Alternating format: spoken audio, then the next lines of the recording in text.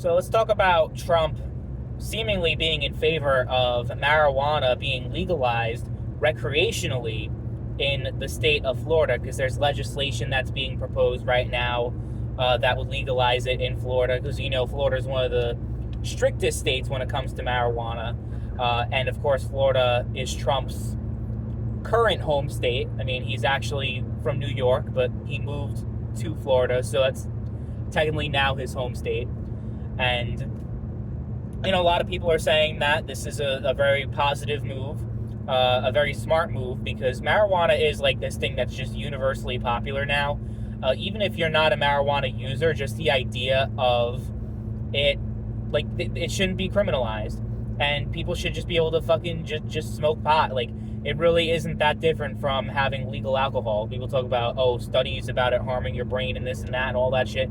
But if you're an excessive drinker, it's the same, and it's actually even worse, because you'd also fuck up your liver and your kidneys and like every other fucking organ, which marijuana doesn't really do. So it's smart. And people also say that over the years, that libertarians are just Republicans that like to smoke pot. So maybe all the libertarians are going to come and support Trump now. Who knows?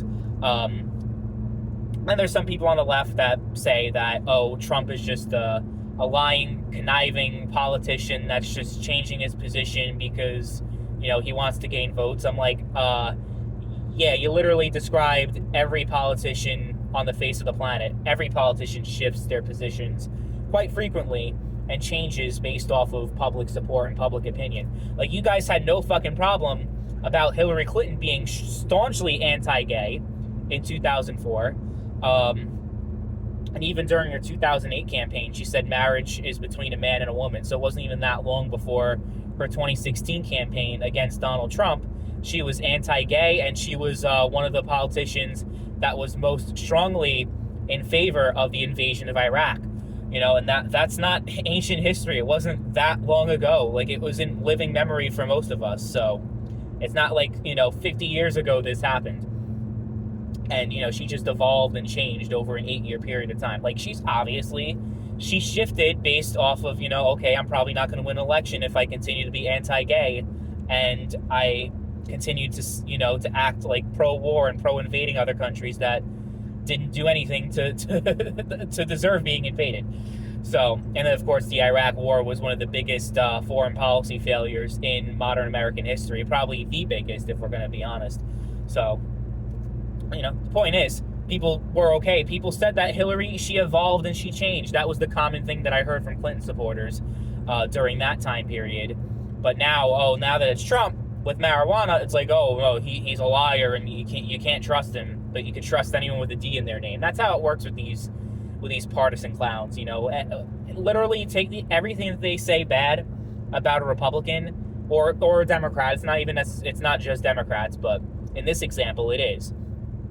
Say anything that a Republican does, and then their favorite Democrat politician does the same thing. It's like, they jump through hoops. They that meme with the crazy person with all the math equations, trying to solve a problem, and he's like this.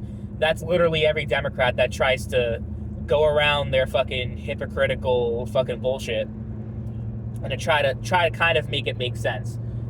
Even though politics is, it's really just like a politician is an actor that has power. Like, they're performers. They're not actual people who like have actual values and principles. It's all fucking show. It's theater. And I think anyone like truly, when they like really dig down and think about it, they know that that's true. Maybe your local dog catcher may be like a genuine person, but like the people in Washington D.C., especially, and even like at the top of state government in most cases, they don't fucking give a fuck about you, or like they don't actually believe in shit. They believe in power, and that's what they believe in more than anything else. Even like, okay, let's talk about Donald Trump. Like, his whole abortion stance is obviously because he knows if he just says like, I want to ban all abortions, that he's gonna fucking get fucking annihilated by Harris, right? So he's like, if an abortion ban ever came up, and like, I'd veto it and leave it to the states and that kind of stuff. But deep down, if he knew that he'd be able to get away with saying, like, I want to ban all of them, and that he could win an election by saying that, he would fucking say it, right? So Trump is not above all this. People like to pretend he is, but he's not. I still support him because he's a whole lot better. He's proven that he handles the economy a lot better than Biden/Harris. So he's got my vote regardless. The marijuana thing, it's interesting because no major Republican politician that I can think of has ever talked about legalizing marijuana in, a recreational capacity. So it's progress, It's definitely something worth celebrating, even if you are a staunch liberal Democrat, you hate Donald Trump, you hope he loses, all that stuff. Great, great, great, great, great. That's all fine and good. But I think you should at least admit the fact that the most powerful Republican politician in the United States talking about legalizing marijuana, regardless of what you think of the man, regardless of if you think he's actually genuine in, like, believing that legalizing it is a good thing and all that shit, regardless of all that, it's a good sign that it's becoming more of a bipartisan thing and more mainstream in our politics, because it's just like, fucking get with the times, people. Like, get with the fucking times. And I'm not a pot guy, but it's just like, there's no reason for it to be illegal at this point because everyone fucking does it.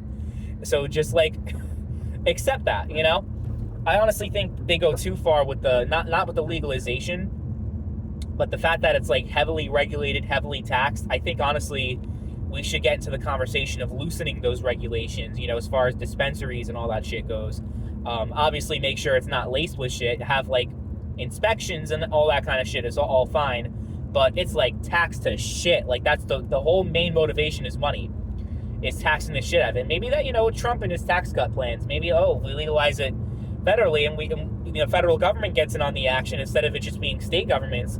Then that could be a good way to collect revenue. That may be a way of thinking too, because if you cut taxes across the board, you're going to expand the deficit. And I want the taxes to be cut, don't get me wrong, because the government is just fucking incompetent as fuck at handling our money, and being able to keep more of it in my pocket is something I'm always going to be in support of and I'm going to advocate for. But yeah, it's really a monumental shift, I think, for the Republican Party, and we'll see how it unfolds if the government, if the federal government's going to get involved. The ATF decides, we're not going to do shit with marijuana, because there's stuff he could do executively if he gets back in that without Congress. I mean, it would be great if Congress just passed a law. That would just be a lot better. That just to solidify it, Honestly, I think there are more drugs than marijuana that should be illegal. Supply and demand. Trying to cut the supply is not going to really solve the demand problem. The reason why people are into drugs is because they want to escape from their shitty fucking lives. So, that's really the underlying problem. And marijuana necessarily doesn't mean because you smoke marijuana doesn't mean you have a shitty life or you're trying to escape from a shitty life. Because, it's like a recreational thing. But I'm talking about, like, fucking hard shit, like heroin, fucking meth, all that shit. I might even try to say, like, maybe, like, fucking throwing people in jail over it is not the best course of action. And, like, I just think, like, if we just, like, legalized fucking everything, imagine the cartels. They would fucking collapse immediately, because the whole black market would no longer be black, and they'd have nothing to fucking, like, base their operations off of. Like, that's something that I think about very often, actually. And that kind of goes into a whole other tangent about, like, just drug policy and what they've done in countries like Portugal, and, what the approach should be, and even, like, free clinics where you can do your drugs safely. There's a whole bunch of different things to discuss, and you guys might be surprised about my opinion on all those different things based off of some of my other political opinions. But yeah, that's one of those things where I'm definitely more, I guess you could say, on the left side of things than probably even most people, even your average, like, boring, centrist Democrat. I think I'm to the left of I'm to the left of them when it comes to drugs and shit like that. And even just a lot of progressives. Like, I'm kind of crazy. I definitely am. You guys, I'm pretty much like legalize everything. Who gives a shit? That's my position. Including, like, the hard shit, not just marijuana.